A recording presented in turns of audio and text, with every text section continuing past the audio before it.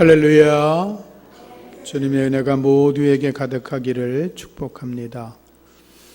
오늘은 대림절의 첫 주가 시작되는 주일입니다.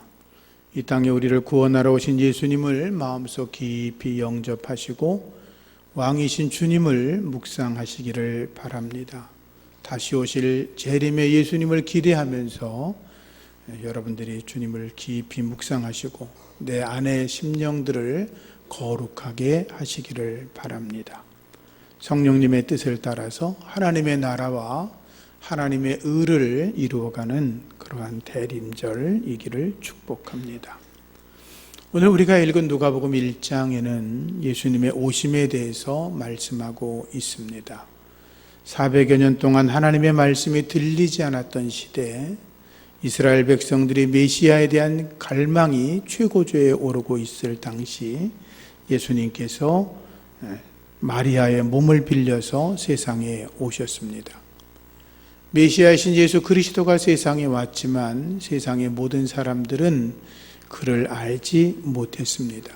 가브리엘 천사의 음성을 전해 들었던 마리아, 요셉, 그리고 엘리사벳 정도만이 예수 그리스도가 세상에 오실 분이고 잉태되었다는 것을 알고 있을 뿐이었습니다. 오늘은 예수님의 오심에 대해서 마리아를 중심으로 말씀을 나누려고 합니다. 예수님은 마리아의 몸에 성령으로 잉태돼서 오셨습니다. 요한의 표현에 따르면 말씀이 육신이 되어 우리 안에 거하셨고 그것을 성육신이라고 이야기를 합니다. 오늘 본문의 시작은 여섯째 달에라고 이렇게 시작이 됩니다.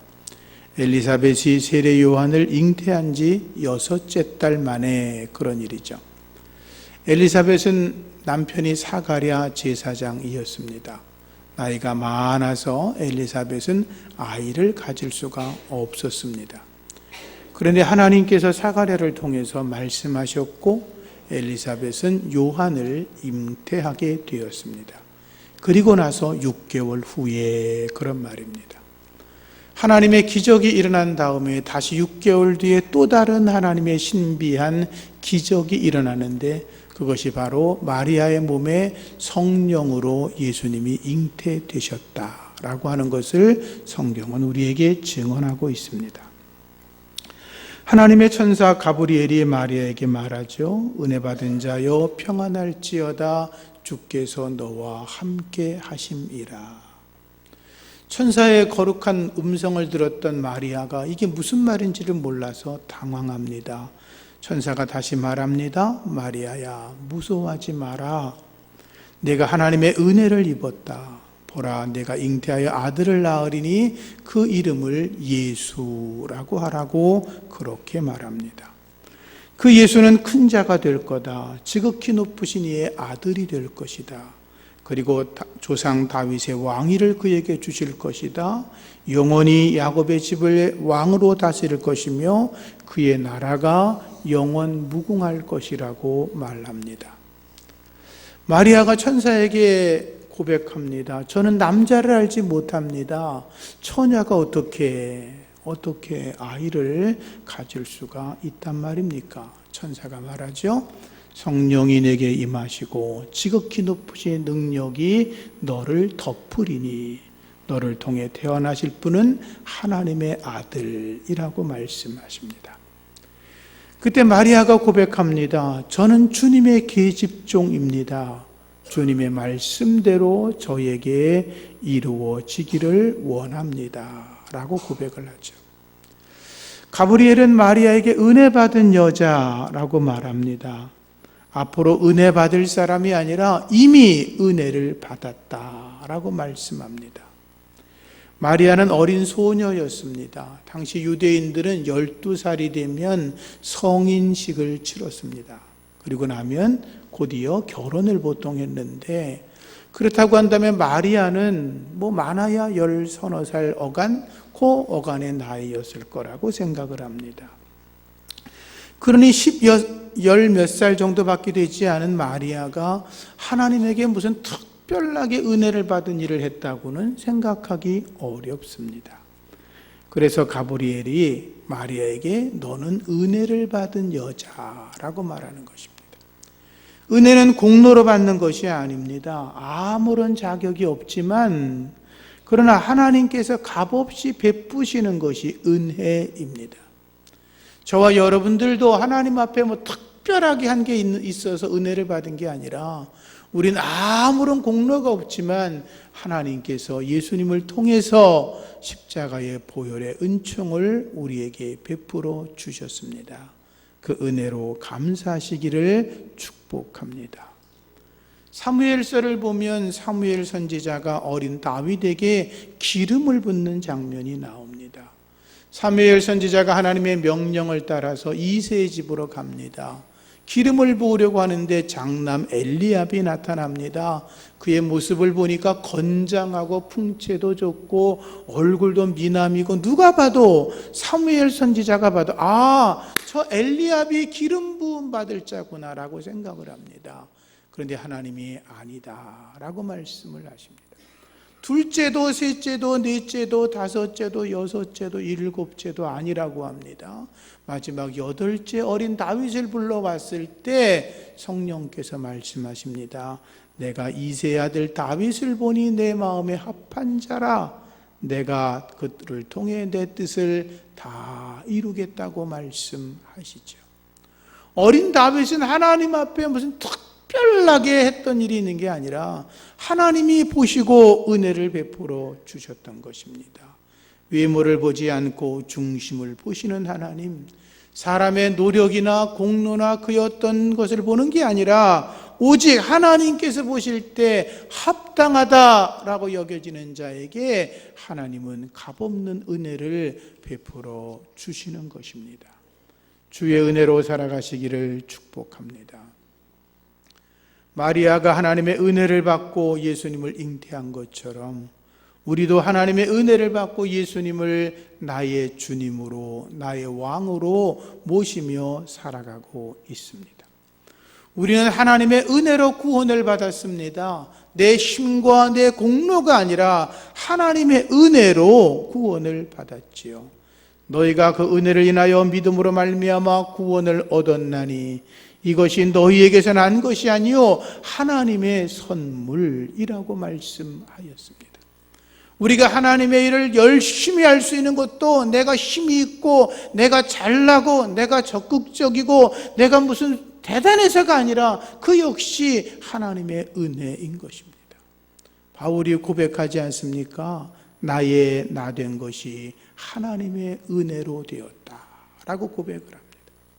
내게 주신 그 은혜를 헛되지 않게 하려고 내가 다른 어떤 사도보다 더 열심히, 더 부지런히, 더 최선을 다해서 일을 했지만 그게 내가 한 게 아니라 나와 함께 하신 하나님의 은혜라고 고백을 했습니다. 나의 나 된 것이 하나님의 은혜인 줄로 고백하고 주의 뜻을 이루며 살아가시기를 부탁을 드립니다. 천사가 마리아에게 말합니다. 무서워하지 마라 라고 말합니다. 마리아가 어린 나이에 천사를 봤으니 얼마나 놀랬겠어요. 얼마나 당황했겠어요. 얼마나 두려웠겠어요. 그 천사가 마음을 안정시키는 거죠. 무서워하지 마라. 네가 하나님께 은혜를 입었다라고 말합니다. 그런데 이것은 단순히 무서워하지 말라, 나를 봤으니 무서워하지 마라, 그것만이 아니라 앞으로 네가 하나님의 은혜를 받았으니 어떤 상황과 어떤 일이 너에게 전개될지 몰라. 그런데 어떤 일이 너희 앞에 벌어질지라도 무서워하지 마라 라는 말이기도 합니다. 하나님의 은혜가 임하면 두렵지 않습니다. 평안합니다. 하나님의 은혜가 임하면 어떤 상황이 닥쳐와도 흔들리지 않습니다. 환난이 와도 재앙이 와도 인생의 어둠이 와도 사방이 꽉 막혀서 앞으로 나아갈 수 없을 때라도 하나님의 은혜가 임하면 두렵지 않습니다. 죽음의 상황이 닥쳐도 어떤 상황에서도 담대할 수 있습니다. 왜? 하나님의 은혜가 내게 임했기 때문이지요. 다니엘이 사자굴 속에 던져지지만 두려워하지 않습니다. 하나님의 은혜가 있었기 때문입니다. 다니엘의 세 친구가 7배나 더 뜨겁게 한 풀물불 속에 던져지지만 겁내지 않습니다. 하나님이 함께함을 믿었기 때문입니다. 아브라함의 아들 이삭을 번제물로 드려도 두려워하지 않습니다. 하나님이 죽은 아들도 살려낼 거라고 믿었기 때문입니다. 엘리야가 450명이나 되는 바알 선지자들과 맞서 싸울 때 불안해하지 않습니다. 왜? 하나님이 나와 함께 계시고 그 하나님이 내 편이기 때문이었습니다. 모세가 세상을 쥐락펴락하는 바로왕 앞에서 두려워하지 않았던 것은 하나님이 함께 하셨고 하나님이 그에게 은혜를 베풀어 주셨기 때문입니다. 하나님의 은혜가 임하면 무섭지 않습니다. 두렵지 않습니다. 흔들리지 않습니다.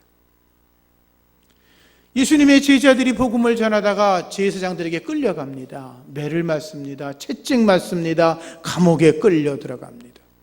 한 번 더 예수의 이름을 입 밖에 꺼내기만 하면 죽여버리겠다고 말합니다. 그런데 그들이 두려워하지 않습니다. 예수님의 이름으로 능력받는 것을 합당하게 여겼다라고 되어 있고 그들은 성전에서나 사람들을 만나는 어느 곳에든지 하나님의 복음 예수 그리스도를 증거했습니다.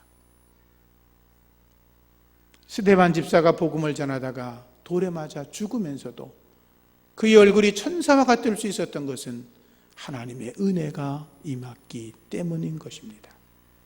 주의 은혜로 풍성하시기를 축복합니다. 마리아는 결혼을 준비하는 처녀였습니다. 자기의 몸을 다른 어떤 때보다 더 정결하게 해야 되는, 마음과 영혼과 육체를 정결하게 준비해야 되는 여자아이였습니다. 그런데 배가 불러오고 아이를 임신하게 되면 결혼은 깨지는 것이고 집안에서도 동네에서도 주변 사람들에게 손가락질을 받고 욕을 먹는 것이었습니다. 여러분 생각해 보시죠. 마리아가 아이를 이렇게 뵀을 때 그의 어머니나 아버지가 그래 너 성령으로 잉태한 거 맞아 그랬을까요? 의심했을까요? 여러분 같았으면 할렐루야 그랬겠어요. 요셉이 보고서 의심했던 게 당연한 거 아닙니까? 마리아라는 모든 사람들은 손가락질했을 것입니다. 겉으로는 그냥 표현을 안 했지만 뒤에서 뒷담화하면서 별의별 욕과 조롱과 비난을 했을 겁니다. 그런데 마리아는 두렵지 않았습니다. 왜? 하나님의 은혜가 임한 걸 알고 있었기 때문이었습니다. 자기 몸에 변화가 일어나는 것은 하나님의 아들 예수 그리스도, 이 땅을 구원하실 메시아가 자기 몸속에서 자라고 있다는 걸 알았기 때문에, 그게 하나님의 은혜였기 때문에 어떠한 어려움도 이겨낼 만한 능력이 그녀에게 있었던 것입니다. 왜? 하나님의 은혜가 임했기 때문에. 은혜 가운데 서시기를 축복합니다. 하나님의 은혜가 임하면 하나님과 동행합니다. 동행한다는 것은 하나님의 방식으로 살아간다는 것입니다. 에녹이 하나님과 동행했지요. 동행한다는 것은 나와 동행하시는 그 예수님을 내 생각대로 끌어들이고 내 판단과 내 욕심과 내 계획대로 나를 끌어들이는 것이 아니라 내 모든 걸 내려놓고 나의 생각과 나의 사상과 나의 계획과 나의 비전과 나의 미래된 꿈도 주님에게 맞추며 살아가는 것을 동행이라고 하는 것입니다. 마리아는 자기 생각을 다 내려놓고 주님과 동행했습니다. 결혼이 깨지더라도, 자기 미래가 불투명할지라도 하나님 앞에 맡기며 주님과 동행하였던 것입니다.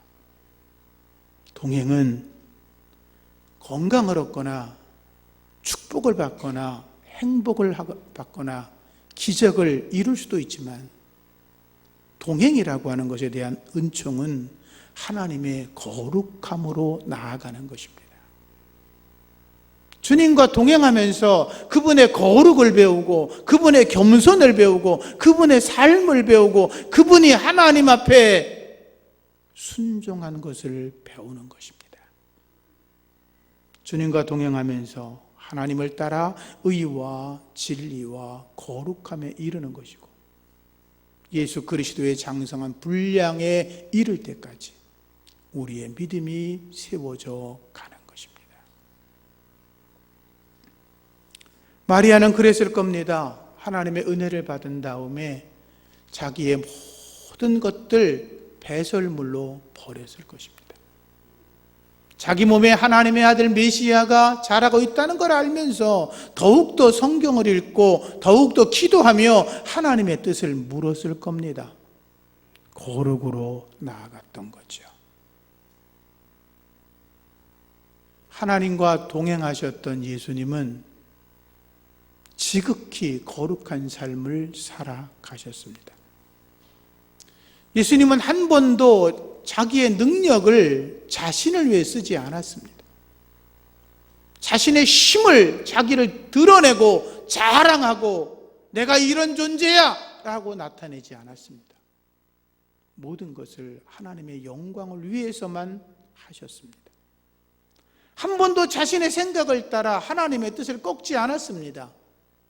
자기 앞에 십자가의 길이 있지만 그것까지도 순종하셨습니다. 바리새인들과 사두개인들이 예수님을 때로 비난했습니다. 욕을 합니다. 저주했습니다. 그러나 예수님은 흔들리지 않았습니다. 예수님에게 내가 귀신의 왕 바알세불의 힘을 빌려서 악을 행하고 기적을 행하는 거라고 말했지만 주님은 개념치 않았습니다. 하나님의 말씀을 벗어나 이런저런 사람들이 떠들고 비난했지만 관여하지 않았습니다. 주님은 타협하지 않았습니다. 편안한 길을 걸어갈 수 있었지만 타협하지 않습니다. 예수님은 당신을 환영하는 무리들, 기뻐하는 무리들, 당신을 따라오는 수만 명의 무리들을 보시고도 그들에게 흔들리지 않았습니다.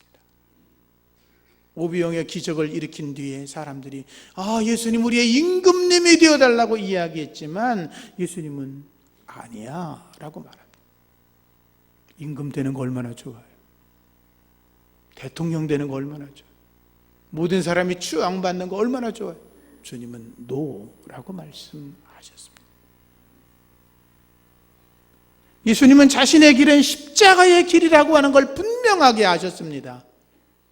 그분은 스스로 십자가의 길을 걸어가셨고 당신의 몸을 십자가에 누우셨고 그리고 못 박히고 창에 찔리고 피 흘려 죽으셨습니다. 하나님과 동행하며 하나님의 뜻을 이루는 은혜, 거룩한 영성이 예수님에게 있었기 때문입니다. 우리도 주님과 동행하는 거룩한 영성이 있기를 축복합니다. 마리아는 하나님의 은혜를 받습니다. 동행합니다. 마리아가 출산을 하고 나서 죽을 고비를 넘기죠. 헤롯 왕이 2살 이하의 어린아이를 다 죽이지 않습니까? 천사의 지시를 받고 요셉과 마리아는 어린 아기 예수를 품에 안고 도망갑니다. 애굽 땅으로 갑니다. 차를 타고 간 거 아닙니다. KTX 탄 거 아닙니다. 나귀를 타고 또는 걸어서 갑니다. 어디를? 시나이 반도 사막을 지나갑니다. 45도 50도 되는 뜨거운 태양을 맞으며 갑니다. 죽을 수도 있습니다. 어떻게 될지 모릅니다. 어린아기 예수에게는 더욱더 위험한 길이었습니다. 그런데 목숨을 걸고 애굽 땅까지 도망갑니다. 어머니의 마음, 마리아 마음이 얼마나 아팠겠습니까? 예수님이 성장하여 공생의 사역을 시작하면서 이별의 아픔을 겪습니다. 눈물을 흘렸을 겁니다. 예수님이 사람들에게 비난과 저주를 받을 때 심장이 멈추는 것 같았을 것입니다. 예수님이 하나님의 아들이신 걸 자기는 아는데 귀신의 왕의 힘을 빌려 기적을 행한다는 얘기를 들었을 때 어디가 하소연하고 싶었지만 말할 데도 없었습니다. 예수님이 십자가 달리셨을 때는 하늘이 무너지는 것 같고 땅이 꺼지는 것 같았을 것입니다. 그렇지 않습니까? 그런데도 마리아가 그 모든 걸 이겨냅니다. 왜? 하나님의 은혜가 임했기 때문에. 여러분, 하나님의 은혜가 풍성하기를 축복합니다.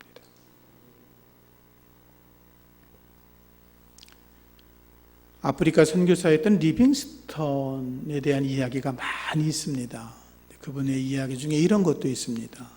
그가 글래스고 대학에서 명예 법학 박사학위를 받기 위해서 귀국한 적이 있었습니다. 그때 사람들은 리빙스턴을 보고 깜짝 놀랐습니다. 왜냐하면 젊었을 때 그의 모습을 기억하고 있던 사람들은 오랜 시간이 난 뒤에 그를 보니까 그의 몸이 빼짝 말랐고 사자에게 물린 팔에 흔적이 있고, 그리고 그 정글에서 열병을 20번 이상이나 겪고 죽음의 고비를 넘겨왔던 그를 보니까 사람처럼 안 보이기 때문이었습니다. 근데 이 리빙스턴이 그 상을 학위를 받고 나서 사람들에게 이야기를 하고 이렇게 하면서 이제 내가 이런 상을 받은 거 고맙다고 인사했겠죠. 그리고 마지막에 내가 이제 아프리카로 돌아갈 거라고 이야기를 합니다. 그 사람들이 보고서 아니 저 몸으로 어떻게 아프리카를 돌아가지? 저 몸으로 어떻게 선교회를 감당하지? 서로 이렇게 웅성웅성 거리는 걸 리빙스턴이 들었습니다. 연설하다가 이렇게 말했습니다. 여러분, 저를 위해 걱정하지 마십시오. 저는 혼자가 아닙니다. 세상 끝날까지 나와 함께 하시겠다고 하는 예수님이 나와 함께 계십니다. 내가 원시림을 지나가도, 내가 광야를 지나가도, 내가 계곡을 지나가도 나를 지켜주시는 분이 계신데 그분이 바로 예수님이십니다. 나는 두려움이 없습니다 라고 말했다는 거죠. 주님과 동행하시기를 축복합니다. 마리아는 천사의 말을 듣고 고백하죠. 저는 주님의 계집종입니다. 말씀대로 제게 이루어지기를 원합니다 라고 합니다. 하나님의 종인데 하나님께서 나를 보면 비천하고 쓸모없는 존재인데 하나님이 나를 통해 일하시겠다고 하니 아멘 했던 것입니다. 하나님의 말씀에 순종할 수 있기를 바랍니다. 성탄절 예수님을 우리가 맞이하고 준비하면서 하나님의 말씀에 순종할 수 있도록 깊은 묵상이 있어지기를 바랍니다. 죄송하지만 우리 가운데는 하나님 말씀에 한 번도 순종해 본 적이 없는 분도 계실 겁니다. 순종을 하기는 했지만 기회와 상황에 따라서 내가 좋을 땐 하고 내가 싫을 땐 안 하고 그런 분들도 계셨을 것입니다. 그러나 순종은 내가 원치 않는 일을 명받았을 때도 아멘 하는 것입니다. 순종은 내가 싫어하는 일을 내게 맡겨졌을 때도 아멘 하는 것입니다. 왜? 내가 그분의 종이기 때문입니다. 종은 주인의 명령에 노라고 말할 수 없습니다. 예 밖에 없는 거죠. 하나님 말씀하시면 제가 십자가라도 지겠습니다 라고 순종하며 나아가는 저와 여러분이기를 축복합니다. 마지막으로 마리아는 복된 여인이었다라고 말씀하고 있습니다. 마리아가 천사의 음성을 듣고 어찌할 바를 몰라서 유대 산속에 있는 엘리사벳 친척을 찾아갑니다. 제가 이렇게 성경에는 기록되어 있지 않지만 마리아는 아마 10서너 어간이었을 테고 이 엘리사벳은 50을 바라보는 나이였을 것입니다. 찾아갑니다. 그런데 찾아갔는데 엘리사벳이 마리아를 보자마자 이렇게 말합니다. 여자 중에 내가 복이 있다. 내 태중의 아이도 복이 있다. 내 주의 어머니가 내게 나온다. 내가 문 안 하는 소리가 들렸을 때, 그러니까 문에서 계세요 라고 했다는 그 소리를 내가 들었을 때 내 속에 있는 아이가 복중에서 기쁨으로 뛰어놀았다 라고 말합니다. 엘리사벳은 자기보다 나이가 한참이나 어린 딸 같은 아이에게 내가 복이 있다. 이건 맞습니다. 축복하는 거니까. 근데 그 다음 말씀을 보면 내 주의 어머니가 라고 말합니다. 엘리사벳은 성령의 감동을 받으면서 마리아가 내 주님의 어머니인 걸 알았다는 거죠. 세례 요한이 엘리사벳 뱃속에 6개월째 있었습니다. 마리아는 이제 막 성령께서 마리아의 몸에 잉태가 되었습니다. 그런데 세례 요한이, 뱃속에 있는 세례 요한이 이제 막 수정이, 우리로 말하면 이제 막 수정이 되고 이제 막 몸 안에 생기려고 하는 그 아이에게 보고 뛰어놀았다. 세례 요한은 뱃속에 있는 아이였지만 예수님을 알아보았고, 세례 요한의 어머니였던 엘리사벳도 예수 그리스도를 알아보고 마리아에게 내 주의 어머니라고 고백을 했던 거죠. 그러면서 내가 복이 있다라고 말씀하신 거예요. 누가복음 1장 46절 이하를 보면 마리아 찾는가라고 나옵니다. 하나님을 찬양하는 마리아의 노래가 나오는데 거기서 마리아가 이렇게 고백하지요. 그의 여종의 비천함을 돌아보셨습니다. 보라, 이제부로는 만세에 나를 복이 있다 일컬으리라. 은혜를 받은 마리아는 하나님에게 복이 있는 자라고 알게 되었던 것입니다. 그래서 앞서 말씀드린 그 엄청난 고난과 엄청난 아픔과 엄청난 슬픔과 괴로움이 찾아왔지만 그때마다 하나님의 은혜를 받았기 때문에 이겨낼 수가 있었던 거죠. 사랑하는 성도 여러분, 주님의 일을 하시다가 힘들 때가 있습니까? 주님의 일을 하시다가 오해받을 때가 있습니까? 주님의 일을 하다가 너무 속상한 적이 있으실 때가 있죠. 그때 주님의 은혜로 이겨내시기를 축복합니다. 이 대림절 주님을 맞이하면서 그분과 함께 동행하면서 왕이신 주님을 위해 자신의 삶을 드리며 순종하며 나아가는 깊은 묵상이 있어지기를 주의 이름으로 축복합니다. 하나님 감사합니다. 저희들이 주님의 은혜로 살아가게 하시니 감사합니다. 주님과 동행하게 하시니 감사합니다. 주님의 말씀과 주님의 명령 앞에 순종하게 하여 주옵소서. 나의 삶을 드리며 내 삶 속에 고통과 괴로움과 아픔이 있을지라도 주님을 고백하며 주의 뜻 안에 살아갈 수 있도록 은총 베풀어 주시옵소서. 성령이시여 우리 안에 임하시옵소서. 예수님의 이름으로 기도합니다. 아멘.